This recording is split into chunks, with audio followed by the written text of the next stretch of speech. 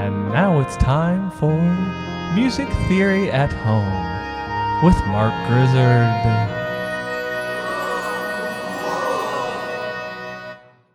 18, 19, 20. Hey everybody, I hope you had a good weekend. Today is going to be pretty straightforward, and we're going to start talking about leading tone chords. That is to say, chords whose root is the leading tone, in scale degree 7. And before we jump into that, let's take a look at a handout you see there that is resolving tritones. As we see here, the tritone exists between our leading tone and scale degree 4, which in our 5-7 chords is our leading tone and the chordal 7th. Of course, a leading tone can be voiced either as a diminished 5th or as an augmented 4th. And if we were to isolate this, put in a harmonic interval as if we were in counterpoint, we might see in this first example a diminished 5th and recognize how that often resolves in to become a 3rd. We might also see a tritone spelled as an augmented 4th. When that happens, it resolves out to be a 6th. So, on its own, that might be a new way of looking at it. However, we have already been doing this in our 5-7 chords. In F major now, we hear T going to Do and Fa going to Mi. That tritone resolves in. If the tritone is above the chordal 7th, here in G major, we have an augmented 4th between tenor and alto. Chordal 7th moving down and tritone moving up. So by correctly resolving our tendency tones, we're already taking care of this. However, we will see this tritone show up in other ways, specifically in leading tone chords. We have an example here. A good realization of these Roman numerals, nonetheless, if we isolated soprano and alto, we hear, and that's just a little clunky. Not quite as bad as the part writing error of parallel fifths, that's to say parallel perfect fifths, but a diminished fifth going up to a perfect fifth. It's not great. I think we could do better than that. Our second example sees how this can creep into our decorated music with non-chord tones. Here in B flat major, alto on a passing tone, tenor on a neighbor tone, create this. Sure. However, is just a little clunky. We want that diminished fifth to move in. So we also see this as an augmented 4th in the second measure. A little clunky, we want that augmented 4th to go out.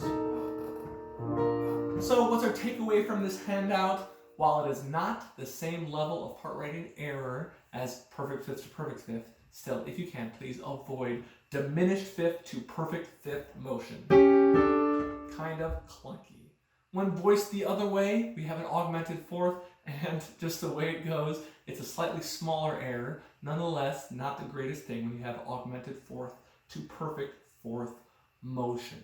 Generally, when we see a tritone, we should be a little nervous. So that takes us more specifically into resolving our diminished chords based on scale degree 7, or leading tone triads. So here we see this handout resolving 7 diminished 6 to 1.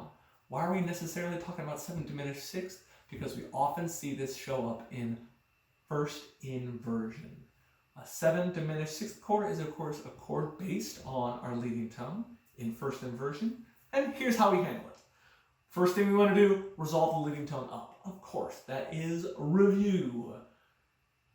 The tritone above it now is going to be the 5th of this diminished triad, and of course that means it's a diminished 5th. So we want to resolve scale degree 4 down to scale degree 3 to avoid that diminished 5th to perfect 5th motion. And then of course, don't double the leading tone. The leading tone is the root of this chord, but the reason we often see this in first inversion is that the bass is going to be scale degree 2, and doubling the bass is a good idea. So here we see a good resolution. Our tenor has the leading tone, and our alto has the tritone with it, scale degree 4. Scale degree 2 is double between soprano and bass, and of course they go different directions to avoid parallel octaves. What have we done in the process? Omitted the fifth, but that is okay. To the right here we see another option, and I want to explain how this one's a little different. Here we see leading tone up in the soprano. And what have we done? What is the result here? A complete triad. And for potential reasons moving forward in your music, you might want a complete triad here. And the way to do that is to not double the bass, doubling scale degree 4 here. We notice our alto has this augmented fourth with the soprano, and it resolves out. Our tenor also has the same note, but it can't have a parallel octave with the alto, so it is okay for the double note to definitely be treated differently by the two different voices who've got it, and that results in this. Our example on the left is probably the preferred way to do it. The example on the right, doubling scale degree 4, is possible. So we don't have a chance to do an in-class activity here, so I've asked my neighbor Greg to come over and resolve some leading tone triads for me. So let's take a look at Greg's work. Okay, here's what Greg has, and I will say he just set this on my porch, so we never came within 6 feet of each other. We're being safe here. And it looks like he did a pretty good job here. He wrote out the roots and the inversion, yeah, started off pretty good. Way to go, Greg. So we've got a 7 diminished 6 chord and A flat, which means we have B flat in the bass, and which means the leading tone is going to be G. He has a tonic triad here. Okay, so where's the leading tone? How does he treat his leading tone? Here is the G, and no, he resolves down. Come on, Greg. You're better than this. Greg needs to resolve his leading tone up, right? So what's he's left to do? He's doubled the bass. That's good. The Roman numeral tells him he's in root position, and he avoids parallel octaves. Not bad. What happens to scale degree 4 here? We have this big old leap. While this is a fine triad, we want that smooth diminished fifth resolution in. Greg. All right. So we're fixing Greg's work. And here's what we've got. How's that one resolve? Leading tone, up. Scale degree 4, down. Okay, not bad. Not bad, Greg. All right, our next example is in B minor. And here's what we've got. Okay, can we find what Greg has done wrong? Well, for starters, he's got parallel octaves between soprano and tenor. And the parallel octaves are both on the leading tone. Greg doubled the leading tone. We do not want to do that. I'm going to take it out of the tenor. So the leading tone goes up. What else has Greg missed, everybody? Ha-ba-ba-ba. Raise your leading tone, Greg. So leading tone resolves up. Oh, here's scale degree 4 resolving down. Now we have our augmented fourth going out.